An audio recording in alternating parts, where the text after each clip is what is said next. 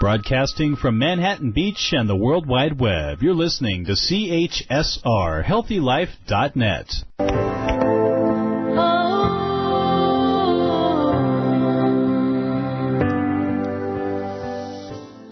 Hello, and welcome to the show. I'm Dr. Lindsay Ghannam, and you're listening to the Calm Coach Radio, where every month I do my best to bring you natural solutions, remarkable remedies, tools and techniques to improve your mental health and gain relief from conditions like anxiety and depression. So if you've dealt with either of these conditions, anxiety and or depression, if someone you love is dealing with anxiety right now, please stay tuned. On today's show, we are going to be talking about stress hacks. And if you are looking to gain relief from stress, trust me, these are for you.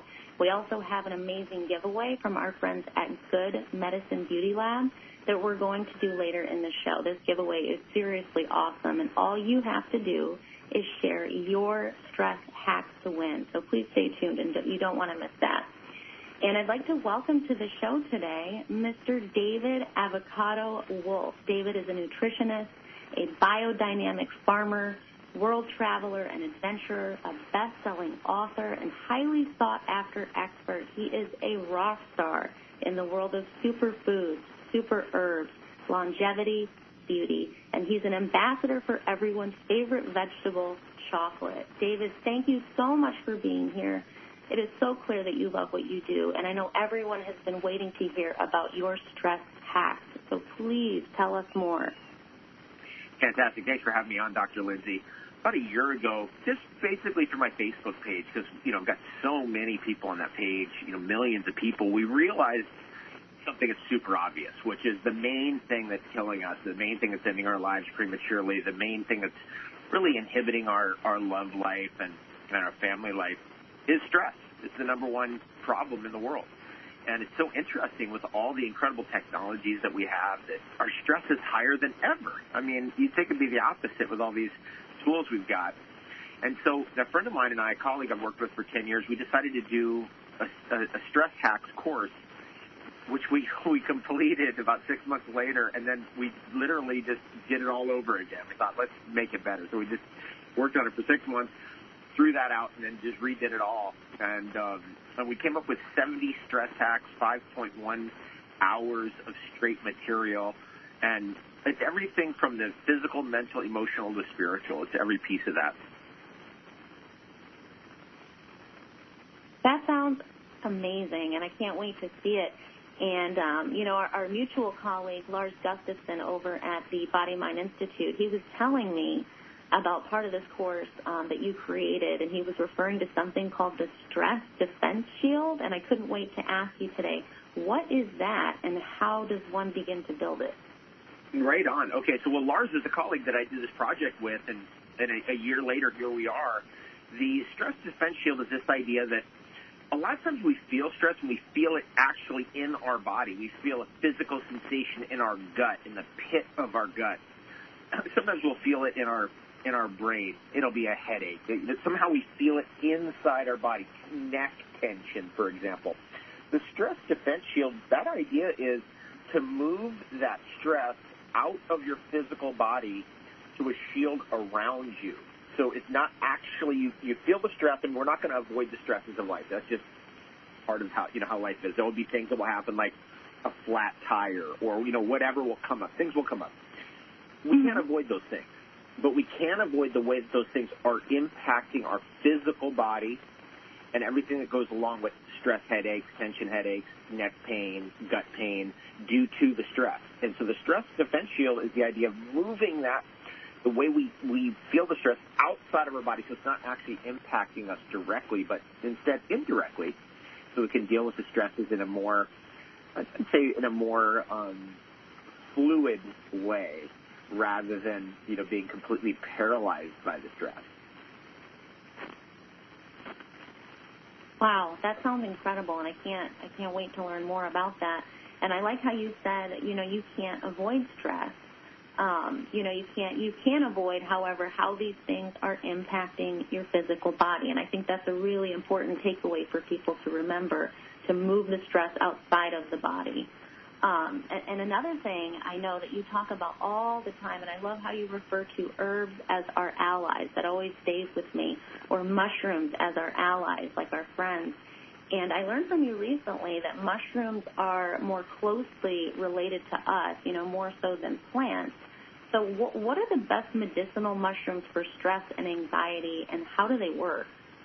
Great question. And so one of my main angles in the stress hacks on our whole course, which is 70 hacks, at least 30 of them have to do with nutrition, because that's something we can really physically get a hold of.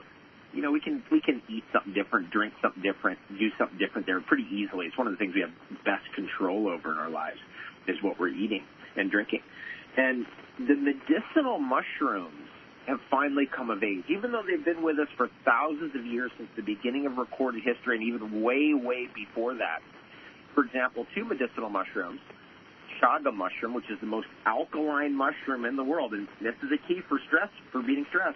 You want alkalinity in your body. Right now I'm drinking a vegetable juice, which is alkaline, so we don't get that acidity piling in on top of the stress, right? So that's how food can help us. Now, one of the great foods, it's really a superfood or what we call a super herb, is chaga mushroom. We know that chaga mushroom, which is a growth, it's like a black growth that grows on a birch tree, has been used to control fire by humanity since the beginning of fire. That's a shocking statement right there, meaning that depending on what your belief is about how long humans have been here, we all along in the temperate climates of the world where birch grows, we have used that growth on that tree as a coal. So when you light the chaga mushroom on fire, because of the alkalinity, the high cesium content and high rubidium content and high potassium content. In fact, chaga mushroom is the highest in all three of those of anything in the entire world. Those are our alkaline minerals. When you ignite those, you can't put it out. And so humans would use that coal of chaga mushroom and put it inside another mushroom, Fomes fomentarius, another alkaline mushroom, another great medicinal mushroom, immune system mushroom, and I'll get into that in a second. They basically bore a hole in a Fomes fomentarius mushroom, put the chaga coal in there, and then you could walk around with a hot coal in your hand. And that's how humanity controlled fire in Europe, Asia, North America, even Central America, to some degree, Southern Asia, and even parts of Africa since the beginning of time, whatever, 10,000 years, 50,000 years, 100,000 years, whatever you believe, since as far back as we know. Now, the second piece of that is, what does this stuff do to us? Like, what do you mean medicinal mushrooms? I thought mushrooms were, toxic. We hear that a lot because many of them are. What I'm talking about with medicinal mushrooms is tree mushrooms, mushrooms that grow on trees, of which 99.9% of them are non-toxic. Not only non-toxic, they're good for you. They're one of the best things for you. They are specifically alkaline and immune system food. That's the best way I could describe it and summarize it. Wow, and I never knew that about chaga. That's really amazing. It really is a superfood. And knowing that most mushrooms are non-toxic, because you're right, I think we hear that very, very often, and it sometimes may scare people in terms of bringing it into their diet. And, of course, I have my chaga right here. I don't know if you can hear it. I've got my capsules right here next to me. Nice. Yeah, it's really, really great for stress. That's a wonderful stress hack. And, another thing as far as stress and super herbs, we're always hearing nowadays about these amazing adaptogenic herbs. That term is kind of being thrown a lot around out there right now. And they offer us balance, and they kind of bring our bodies back to where they need to be, and they can be very calming to the body and the mind. But what exactly are adaptogenic herbs, and how can they help with stress? Great question. Okay, well, most of these, by the way, including the medicinal mushrooms, can be consumed in many different ways. So I just wanted to address that right away, because people are going to be like, do I make a tea out of this thing? Should I do capsules, powders? Should I throw it into a smoothie? What do I do? All of the above. Do whatever way you can do these adaptogenic herbs, from chaga mushroom to the great Chinese herbs like Hoshu Wu to the great Ayurvedic herbs like Tulsi and ashwagandha. Whatever the way it is that is getting it to you, do that. I do them all. I do capsules, powders, tinctures.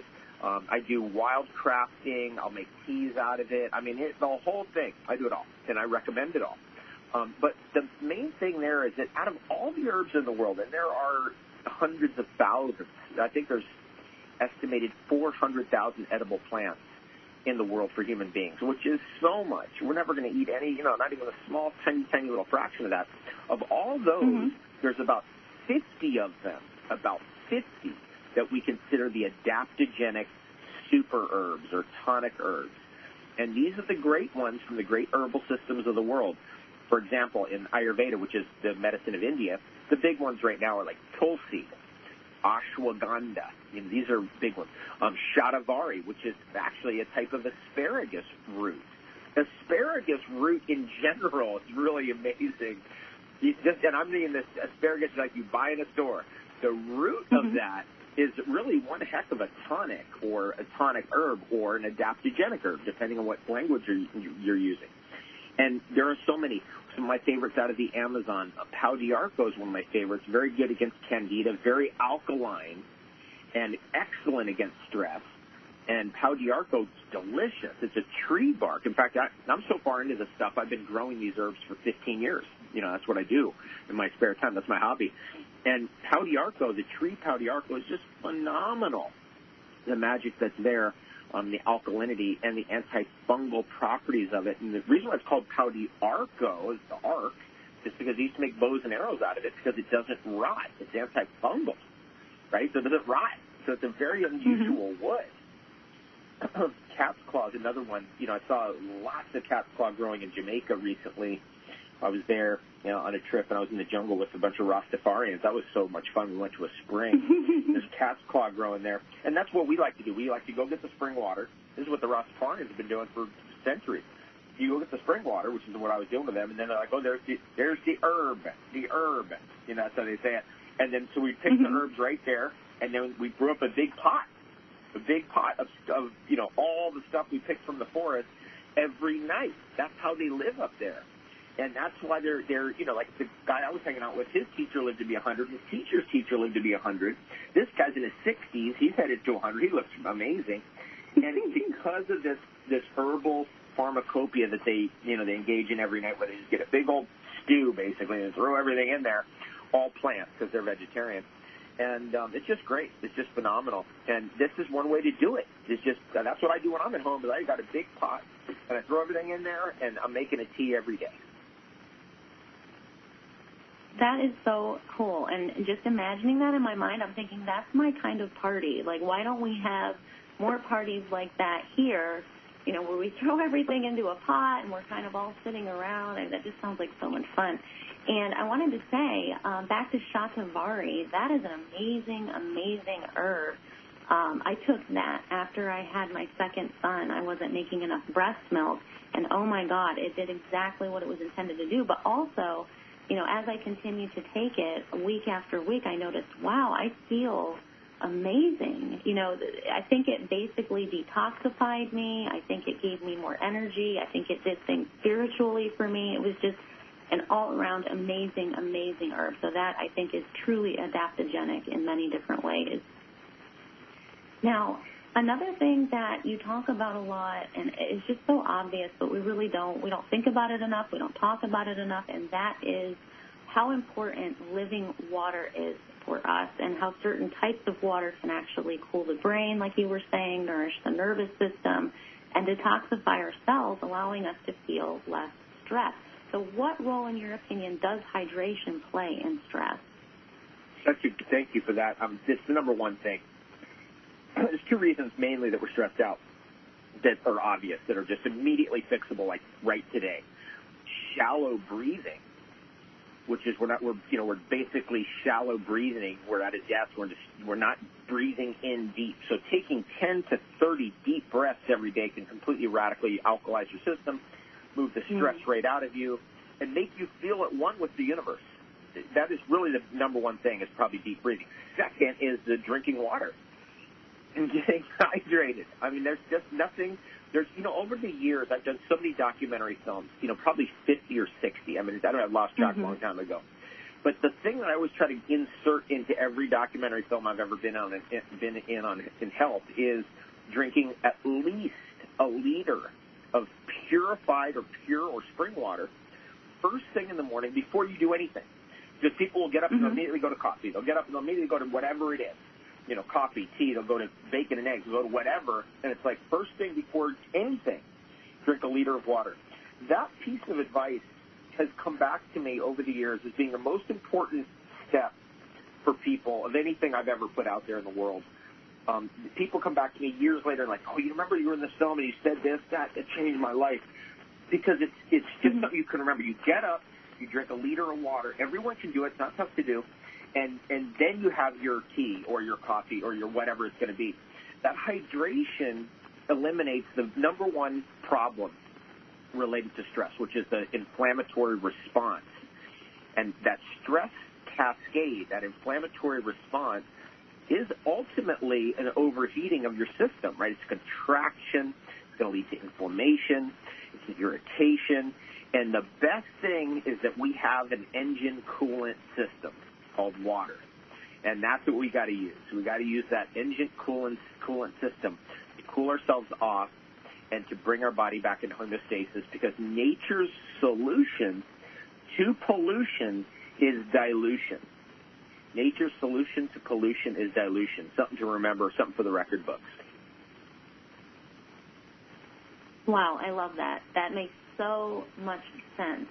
And I really like how you touched on the point that, you know, people tend to, when they first wake up in the morning, they go right to the coffee and then they go right to the bacon and the eggs, and people don't realize, you know, your stomach's empty at that point. And whatever you introduce first thing in the morning is going to have the greatest impact on your body and how your body chooses to go forward during the day. So very important. And now nutrition, super mushrooms, super herbs, those are all really important stress hacks. But getting more into outside stressors, I was watching and really enjoying your live feed the other night on Facebook with Jillian B. I thought that was awesome. And the two of you were talking about curating your feed, which I love, by the way. I love that term. Can you speak to this and how listeners might deal with media-induced stress? This is one of our key stress hacks, is curating your feed. We are so bombarded with so much media, but that's kind of a good thing in a certain way, because if you're curating your feed, meaning your Instagram feed, you're getting rid of all the stuff. Like if you're getting on your social media and you're feeling in any way a little twinge in your stomach or stress or chaos is being brought in because, you know, some story's freaking you out or whatever, news media is freaking you out, turn it off. Turn it off. The thing about the news is it's not even news. It's old. We're getting, it's interesting in the internet era, we're getting more and more information that our news is fake. And when I mean fake, like, you know, recently there was a wild thing that happened with the hurricane in North Carolina, and the news media was caught faking the condition that was like super windy and stuff, and actually it wasn't. There was two kids were walking behind this guy. You remember that? So I do. I saw that. The point of this is that if they're trying to sensationalize the media to get you to watch it, and, you know, people go, no, I've got to watch the news because then I'll miss the news. You will not miss the news. I haven't watched the news in 30 years. You're not going to miss anything. It's all sensationalism. There's nothing you need to be watching the news for. It's, you know, if there's a hurricane coming, I guarantee you're going to hear about it from friends, family, relatives, etc. So curate your feed. Don't expose yourself to the nightly news. Avoid any kind of Facebook media or Instagram or Twitter or Snapchat that's causing you to freak out. Just delete it and trust and delete. Just block and delete and get rid of it so that all your feed is uplifting you. That's the point I'm trying to get to here. All your feed should be uplifting you, should be empowering you. In fact, that's been my whole strategy on Facebook all these years, is just, look, we got a chance to get a good message to people. Let's just push a good message out there so you can get that going 4, 5, 6 times a day. And it has worked. Unfortunately, Facebook doesn't care about us, and that's really unfortunate for all of us. You know, I thought Facebook was, you know, going to be, you know, battling, you know, in our favor against kind of government control, but they have not. They bowed down to it.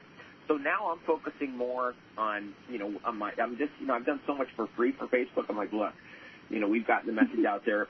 It was starting to cause me stress, putting out these stress relief types of memes and stuff. So now I backed off, and I'm making my life simpler, and it's just a little bit more fun now because I just got tired of dealing with people who don't care. And unfortunately, these people on Facebook, they don't really care. It's really unfortunate. It's a bummer. Wow, that's great advice, David, and I hope that some of our listeners actually go in and start doing that, start curating their feed, because it's up to us, and we do have control over that, so we can actually go in and choose what we're subjected to.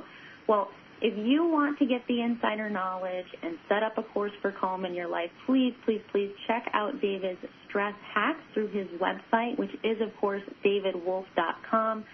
David, thank you so much for being here today. You are like a human encyclopedia of wisdom, and I know that our listeners will really enjoy and benefit from signing up for your stress hacks. Thank you so much, Dr. Lindsay. Great call, super fun. Let's do this again. Yes, please, let's. Thank you so much.